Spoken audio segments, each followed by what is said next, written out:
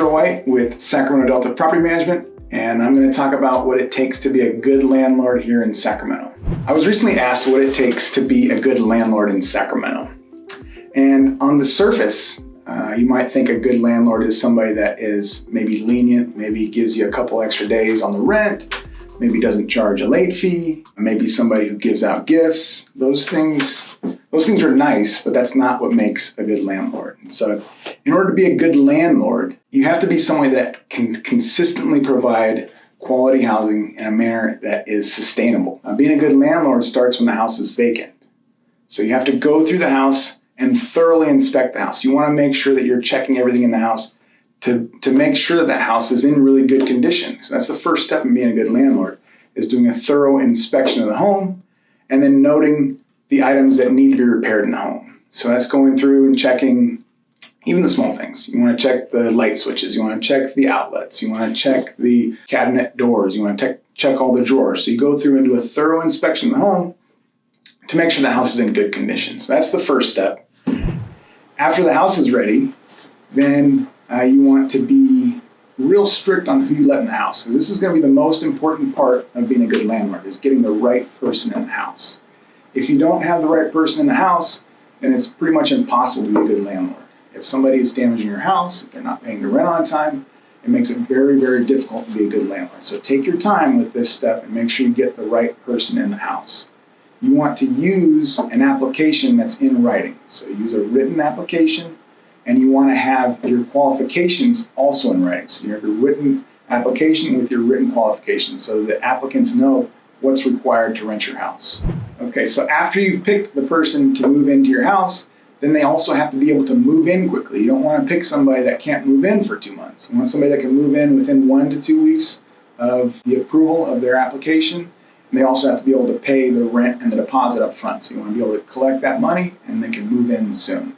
You want to make sure that they have already signed a lease. So you want to have a good quality lease that protects both the owner, both the landlord and the residents. You want everything in the house to be documented and what the condition is, and then you want that to be something that the resident signs off on as well. And so you have a list, and then you also want to take pictures of the house to note the condition of the house.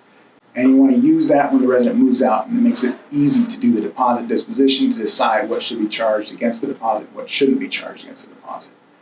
And you can give the resident time to make adjustments to that document that you first provided. Give them a week, maybe a week and a half to go through and check out the house. If they want to add anything to the check-in sheet that you did, to the documentation that you have, then you give them that time so they can add to it, and that way we both agree on the condition of the house. After the resident moves in, you want to be responsive to maintenance requests. A lot of times initially the resident will have some maintenance requests. When they start moving in and checking things out, they're going to make a few maintenance requests. Jump on those, get them done quickly. It starts the relationship off on the right foot. It lets the resident know that you care about them being in the house, you care about issues with the house, and that's when you're going to address any issues with the house. And so if there is an initial request for some maintenance items, don't be offended that you missed them on your initial walkthrough. Just figure out how to get them done quickly. And then when the resident makes future requests, you also want to jump on those quickly and get them repaired as soon as you can. If there is a delay, if for some reason the repairman can't get out until Thursday, let the resident know quickly, hey, I got your request, and they're not going to be able to get out there till Thursday. Don't just rely on the vendor to let them know about delays. Sometimes you just want to get involved and let them know, I did get your request, and they're going to be able to get out there on Thursday or on Friday. So at least once a year, you want to inspect the property, and you want to look for possible damage to the property.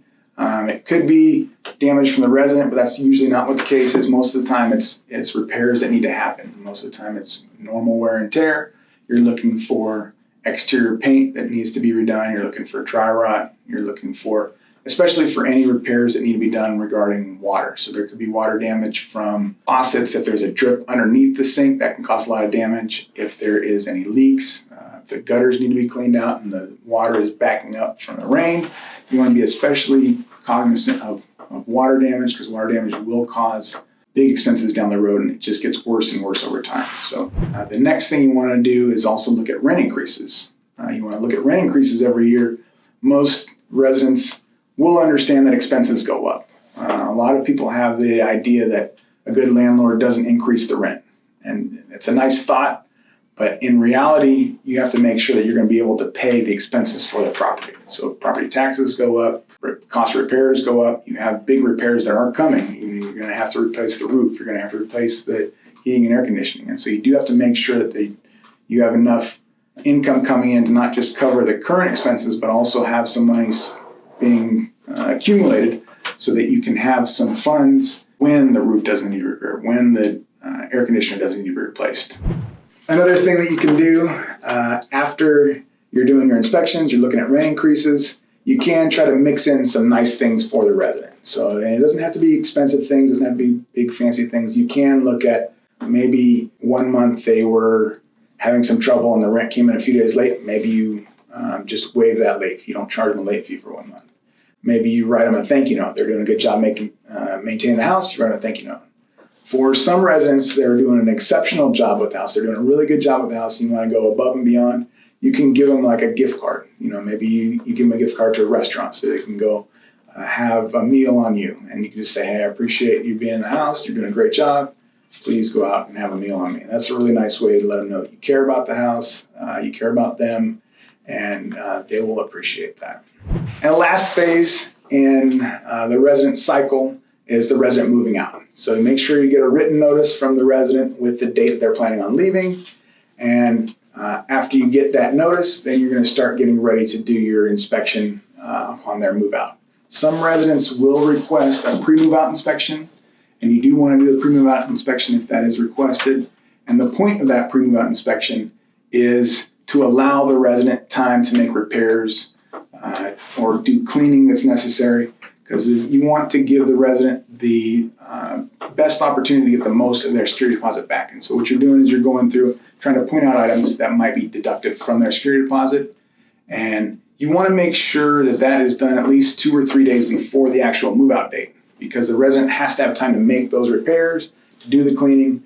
And so if a pre-move out inspection is requested, you want to do that about 2 to 3 days before the actual move out date. And then you give the resident a list of things that they can do so that they have less charges on their security deposit disposition.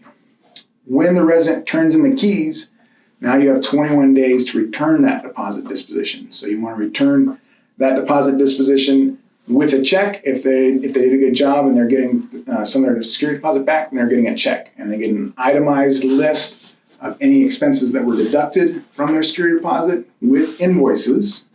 Or if they did a great job, there's not any charges, then they get their check back within 21 days. So all that has to happen within 21 days of receiving the keys. All right, so to summarize, there are 8 basic steps that you want to do to make sure you're being a good landlord. So first of all, you want to get the house ready. Then you want to find a quality residence. Make sure that you have a good lease and a good documentation of the condition of the house upon move-in. After they move in, then you want to make sure you're responding quickly to maintenance issues. You want to make sure that you're doing inspections annually, doing rent increases annually. You want to make sure that you can mix in some nice things for the resident, maybe a thank you note. And then finally, when the resident moves out, then you want to do the security deposit disposition and get that out within 21 days. So those are the 8 most important things, good little benchmarks to do. I'm Alejandro White. I'm the president here at Sacramento Delta Property Management. We have been in business for over 40 years, and we do strictly single-family homes. All we do is rental homes in Sacramento and around the Sacramento area.